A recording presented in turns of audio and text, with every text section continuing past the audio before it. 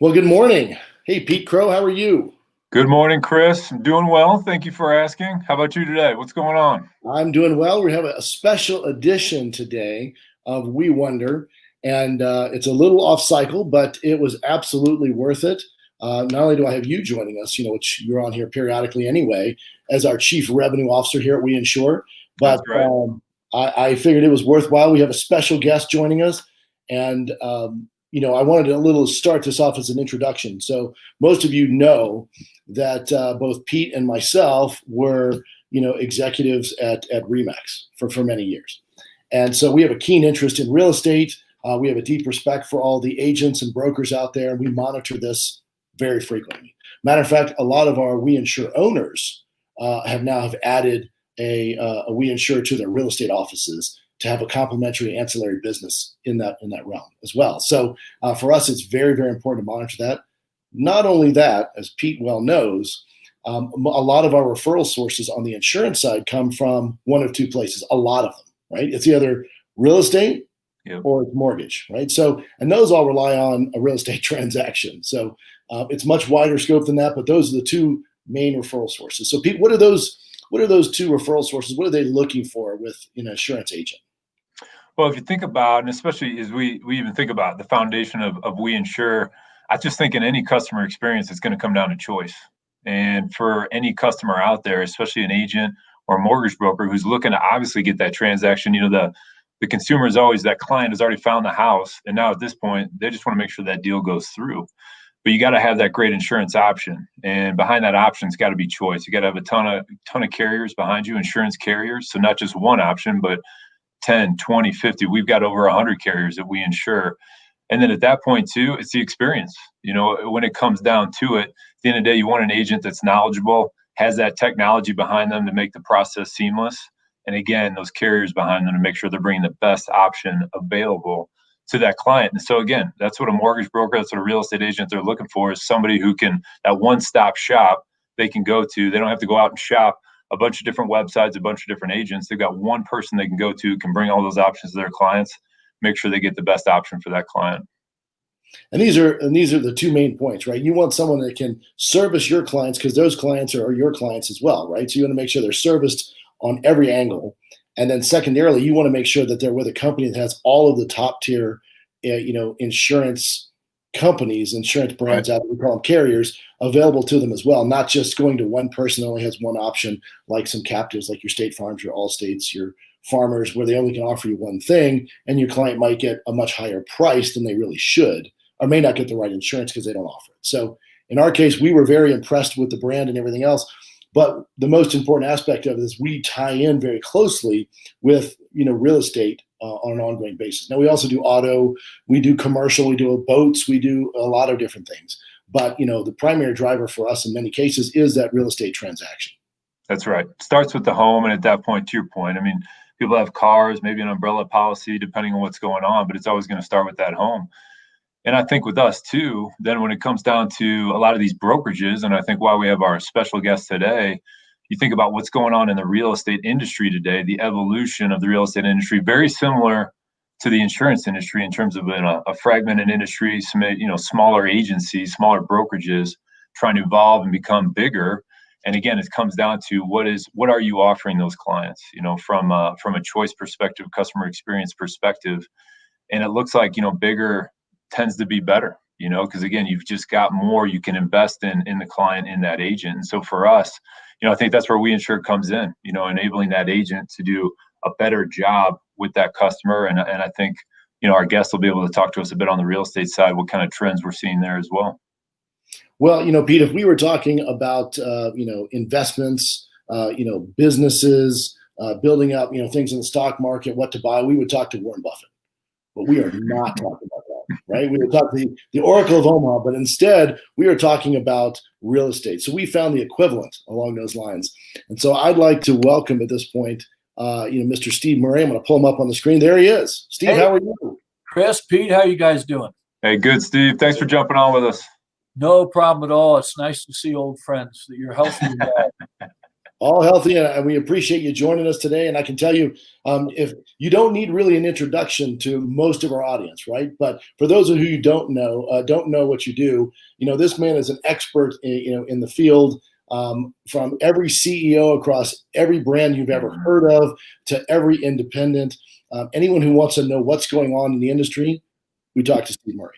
Pete and I have sat down with Steve Murray over the years numerous times for different reasons, just to get a pulse on what's going on. And we worked in the industry at one of the number one brands in the world. So that's how important Steve Murray is to the real estate industry. Steve, why don't you just say hi and introduce yourself? Pete, if you want to jump in, I apologize. Hello, everyone. And it's an honor to be asked by Pete and Chris to join them on this. And those words were overly kind. I'm still a work in progress and still learning. There's still lots to learn about this industry. But this is my 44th year in the residential real estate industry, 34th year at Real Trends, being a consultant, a researcher, and a publisher of everything about residential brokerage and related businesses, insurance, title, mortgage, property management, all kinds of businesses. It's been a wonderful ride because truly the men and women of our industry are just among the best in the world. Great entrepreneurs, great business leaders, and so it's been a wonderful ride, which has still got many years left, I pray. Yeah, Steve. Sure. Listen, Steve, I'd say, I echo what Chris said. I think you guys probably have one of the most trusted teams in residential real estate consulting, between valuation, M&A, the CEO groups. Gathering Eagle is a great conference. And then obviously all the lists that you guys produce, through Real Trends, America's Best. I mean, you guys have done an amazing job, I think, of evolving the business over the years. And to your point, 40 plus years, as Chris said, kind of the undisputed king in the industry. The one thing I always think about is who's on your most recent calls, because that's what I know is going on in residential real estate. So at some point, it'd be great to get a snapshot of your phone maybe every morning to see what's going on in the industry. Well, I mean, it's an interesting time of year. We all went through late March, April, and May, and the early part of that time frame, we didn't know how big the hole was going to be. No one knew.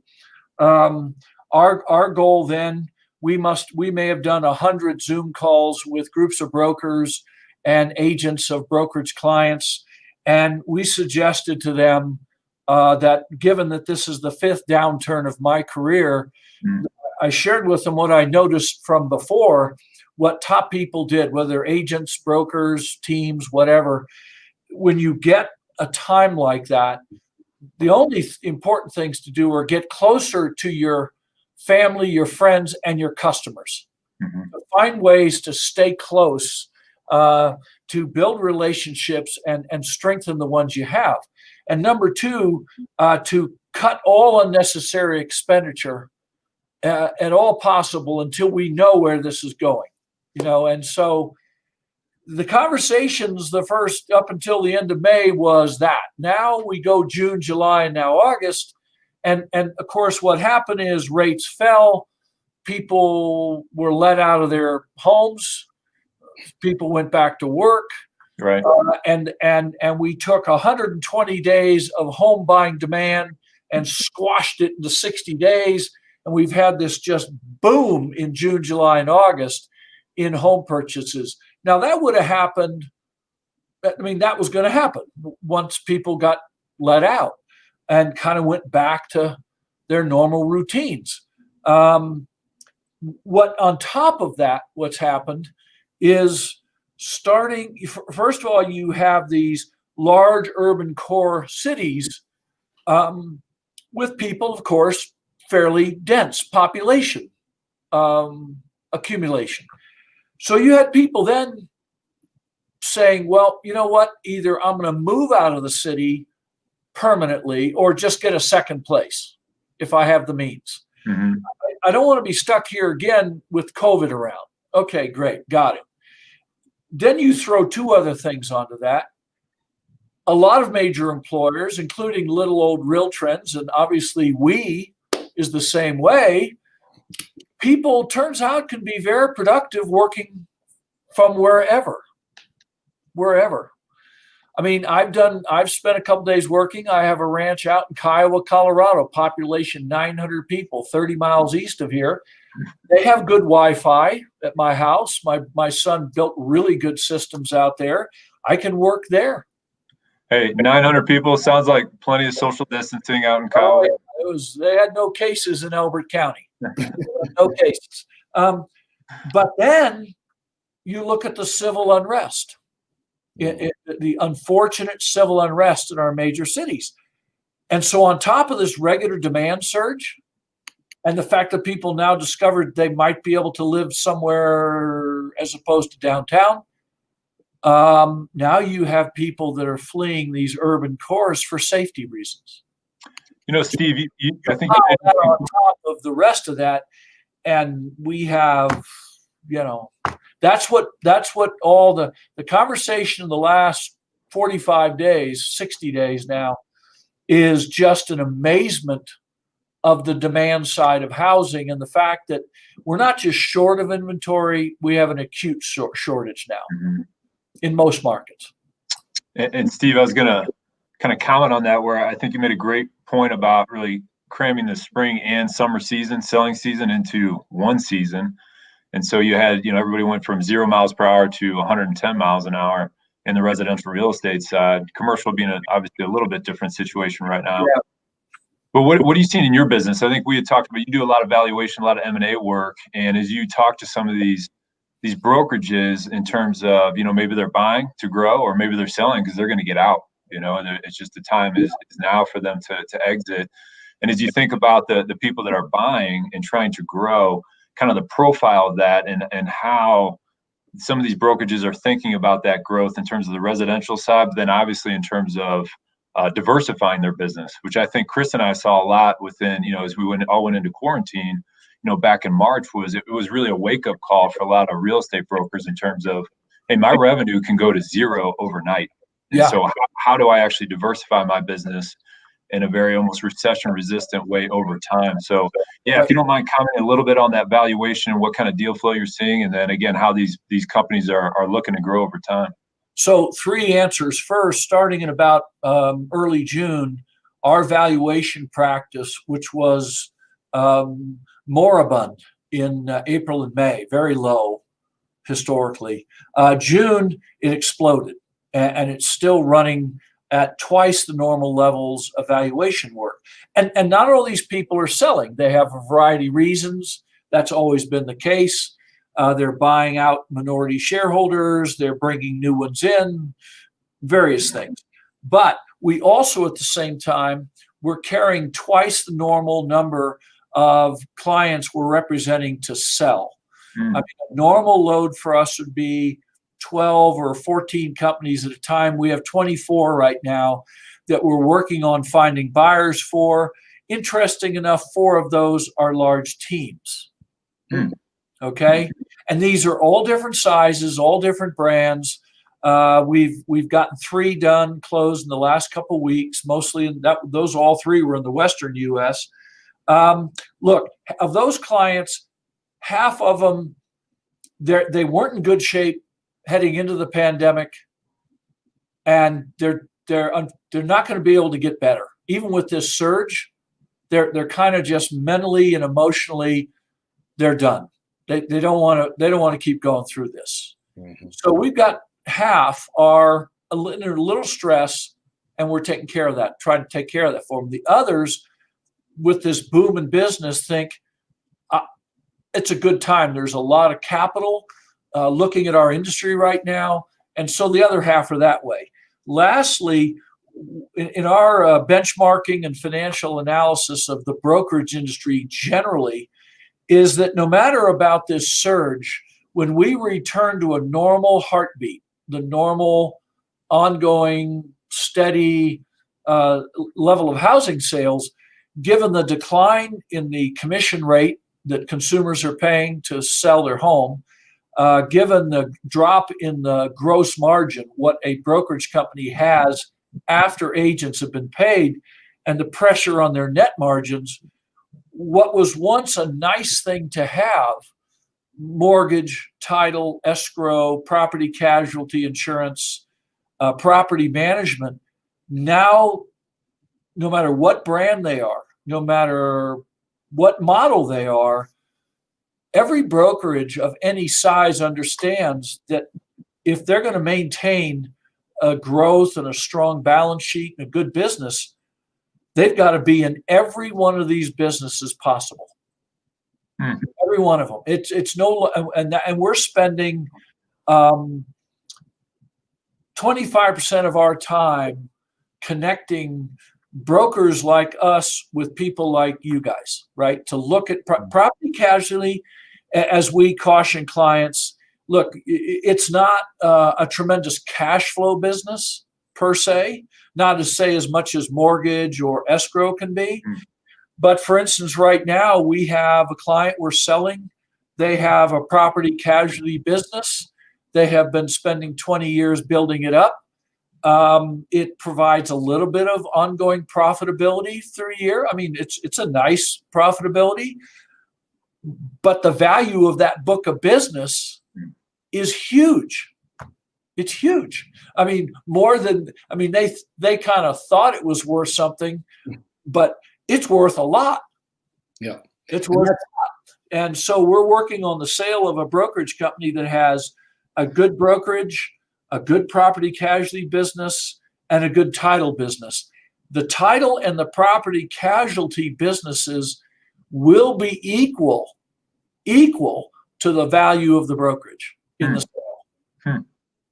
Wow. And I'll jump in on that. That's something that, it's almost like there's a secret, in this industry. And that's when, when Pete and I had this discussion, we talked to a couple of, owners out there who did, make that move on the real estate side and add, property and casualty. And they had the discussion.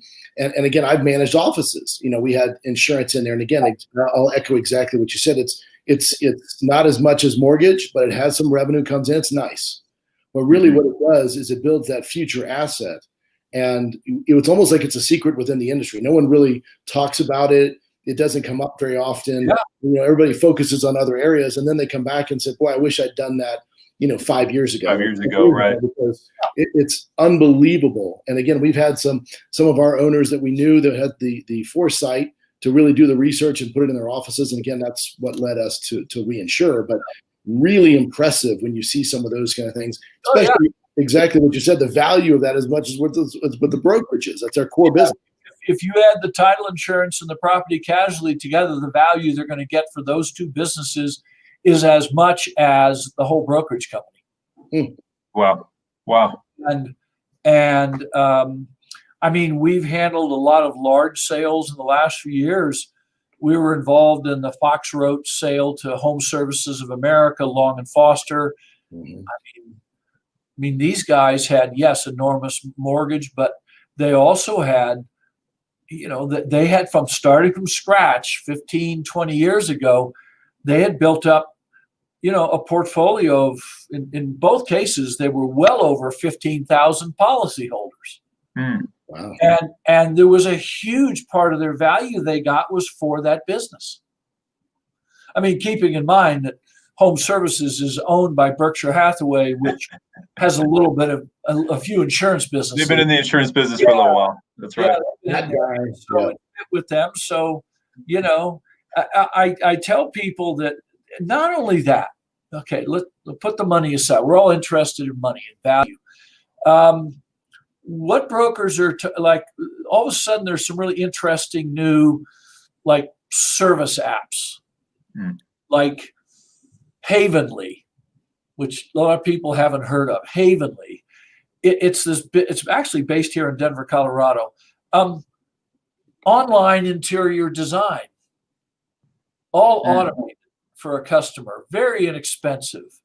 You get a professional who helps you walk through it to do some design for the home you're buying or that you bought, right?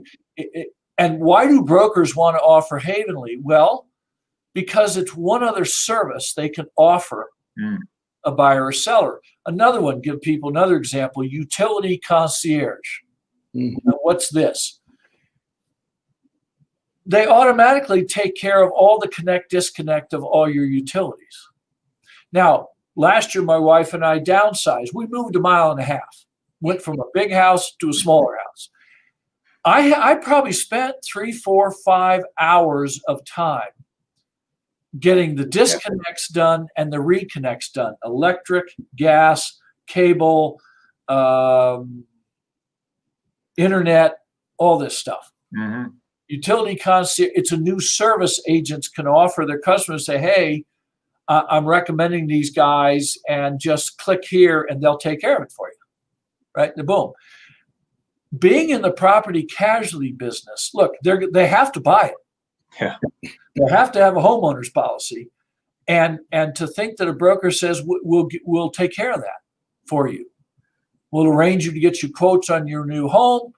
And why they're doing that, did you want to think about auto? Did you want to think about an umbrella while you're doing this? It's just, for an agent, and it's just to be able to automate that for a buyer or a seller, to take that off their back is just one additional great service.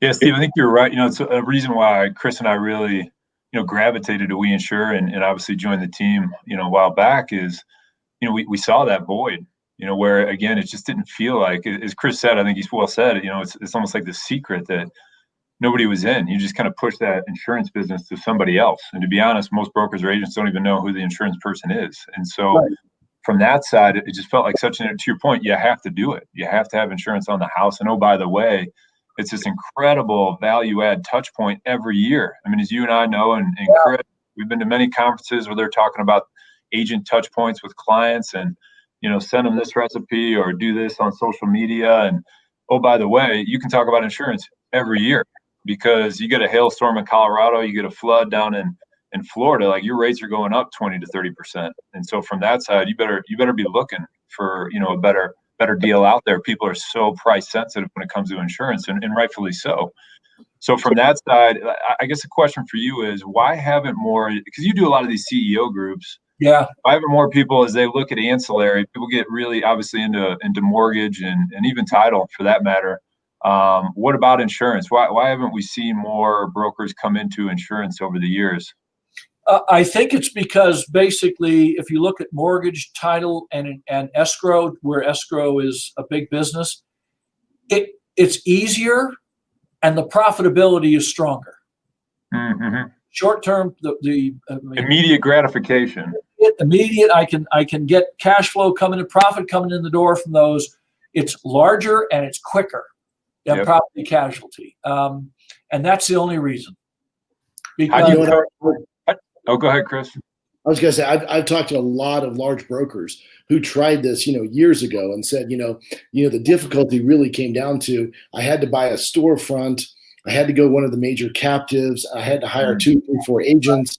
And then I really didn't have it incorporated into my office. And there was really no turnkey solution that offered a multitude of different, insurance brands out there under one roof.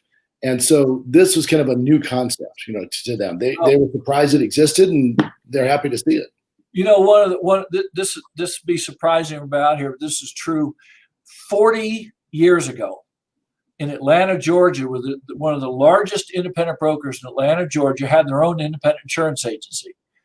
At 40 years ago, they had a system in their company where the contracts got fed to a central location. Mm-hmm. And they had data entry people entering it, right? Every time they got a contract on a property, that information got to the independent insurance. They automatically generated, now this is snail mail, snail mail, but we didn't have internet or email. Snail mail, they would send out a couple of quotes to every single buyer. That they're between contract and close. And they were getting 12, 15% capture rate. That's 40 years ago using snail mail. So when I talk to brokers now, I said, wait. You've got transaction management, you've got online forms, you've got digital signatures, you've got this data now. Why don't you just automate, tell your agents, you're going to automate a quote so that And by the way, the real estate agent is copied, so they're not cut out. And just you could automate it just like that. And some people, they know their State Farm guy or their Allstate guy or their independent agent guy. Right. I would bet half of the, I'm just making this up, truly, half of all buyers, they don't know their insurance agent. They're with Geico, they're with State Farm. Maybe they know them. I mean, even today, I know my State Farm guy, but every time I got a bill, it's basically, if I have a question, here's an 800 number. Mm-hmm. Now, I happen to be a pain in the rear because I have my agent's private number. So, his cell phone number. If I have a problem with State Farm, I call him and said, you take care of it. Mm-hmm. That's what you got my account for. But the great multitude of people probably don't even know who the person is. Well, we have found that to be the case. And in most cases, 58% of the consumers have no idea what their policies even cover and what they're doing. Mm-hmm. And so, as an added benefit, if you have somebody within your office who is an insurance expert that you can ask a question to for your clients and for yourself, it really adds a level of expertise that doesn't exist in most cases. And, we've talked to, umpteen dozen, broker owners or team leaders or whatever it might be across the United States, and they couldn't tell you who their agent was, nor could they refer them to someone because they just never even thought about it. It was like a necessary evil as opposed to like a really great offering.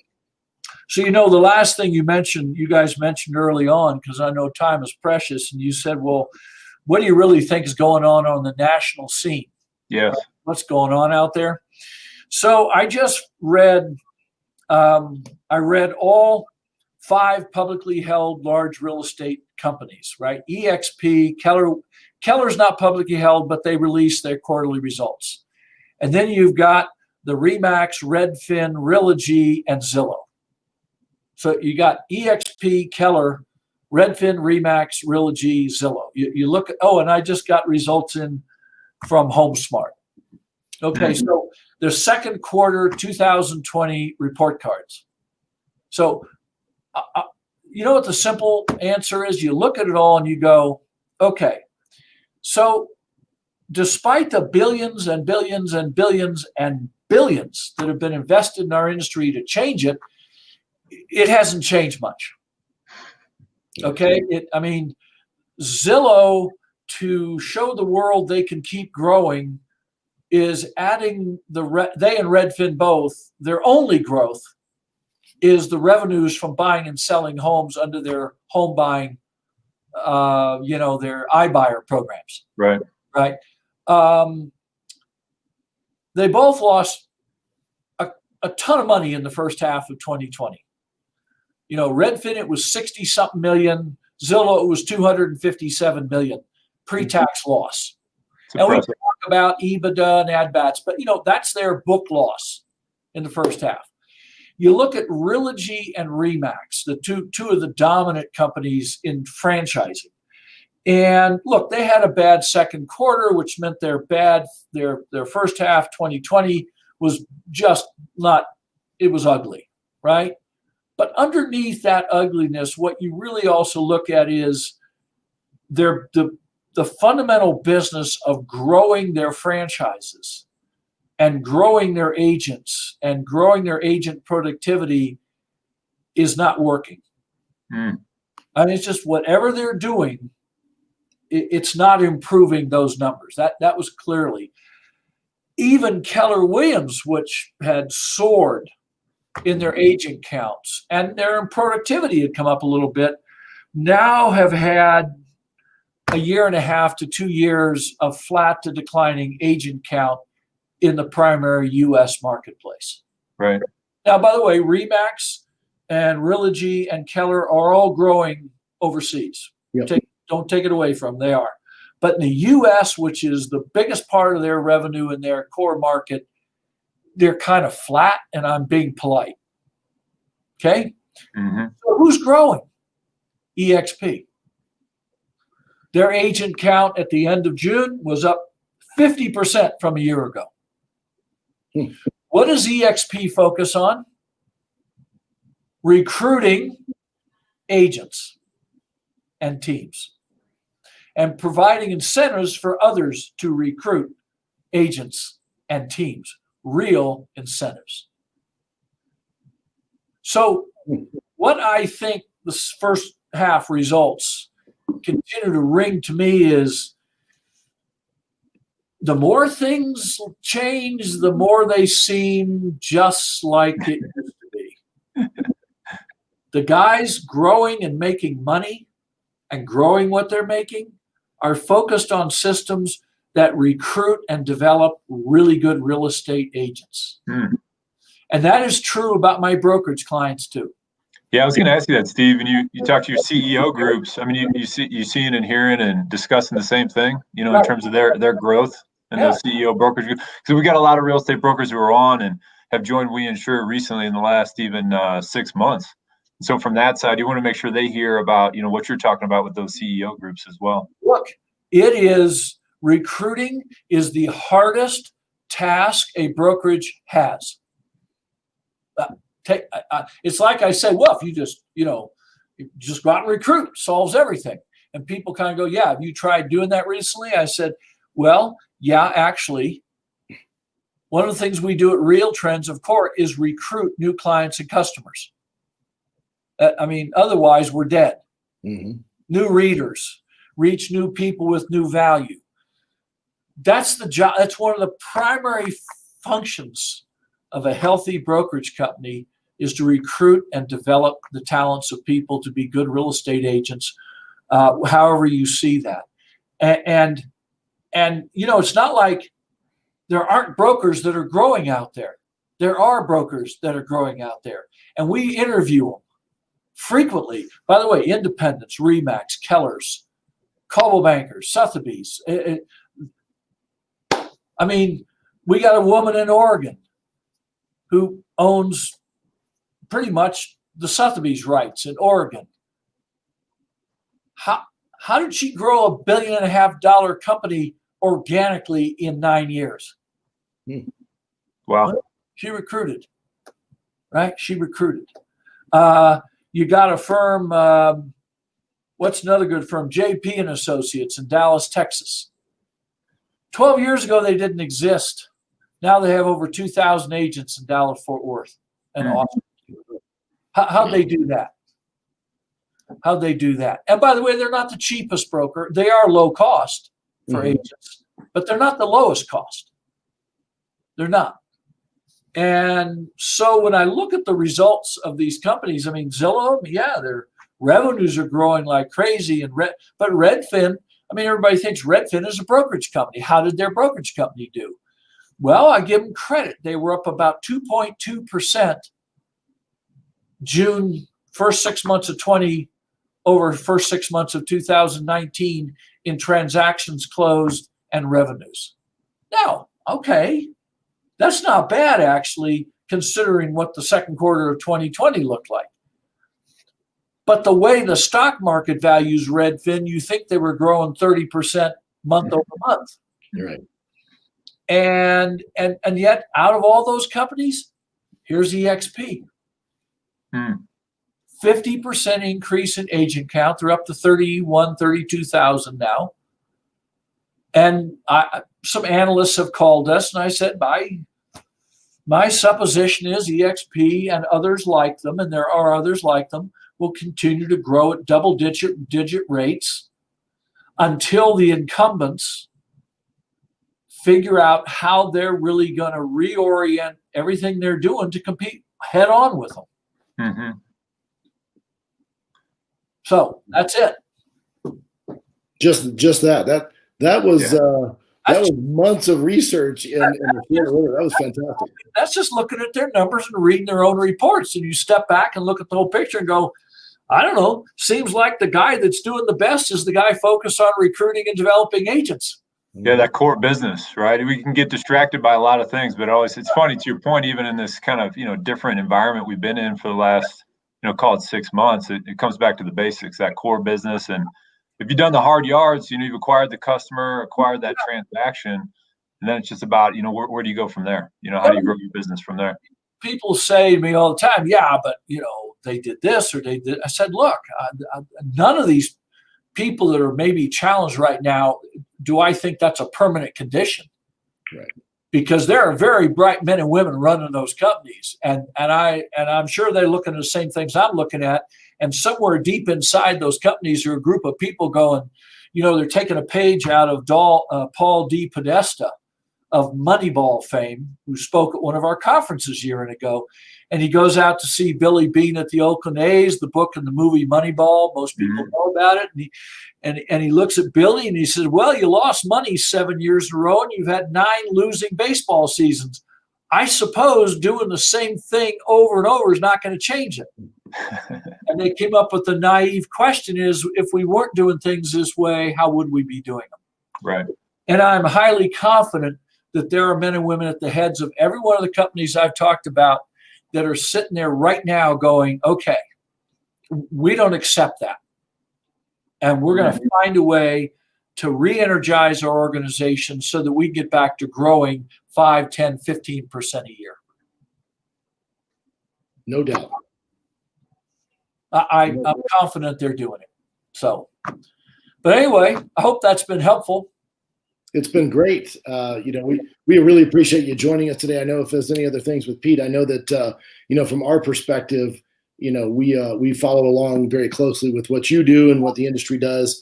And we feel very confident, from a broker perspective, that the client expectations and the agent expectations for those clients that are being recruited are looking for that one-stop shop. We truly believe that. And going forward, as part of that one-stop shop, you want to be, in order to be complete in that offering, you do have to have all of those different ancillaries. So it can't be just, well, I have a mortgage MSA, so that should be good enough because the guy shows up on Tuesdays and Thursdays with donuts and close enough. That doesn't cut it anymore. That didn't really cut it 8 years ago, 10 years ago anyway. So, today you really have to be entrenched in this business and bring the value to your agents, their clients, and truly understand all aspects of the transaction to be that next level office. And those are people that'll be here in 10 years. So that's what we believe. And we've seen that, ringing true all over the nation as we expand nationally. So again, we couldn't be more excited about having you on this morning and hearing about what really goes on a day-to-day basis, what's going on in the marketplace. Pete, did you have anything else for Steve? No, I think our next segment with Steve is just going to be about books and fly fishing. So Steve, get ready for that one. All right. Well, hey, so into the audience, we'll take at least 45 minutes on that. So prepare. Yeah. Well, one last thing is for all the people who are customers, brokers, agents, wherever you're out there, you couldn't have 2 better guys on your team than Chris and Pete. So you're in good hands. They're trustworthy, hardworking, smart guys. So you ought to feel very assured you got teammates like that. So thanks, Steve. That's it. Yep. Thank you. I'm going fly fishing tomorrow. So there you go. Hey, Steve, take care. We appreciate you joining. Stay Absolutely. good. Have a great day. Thanks, Steve. See you soon.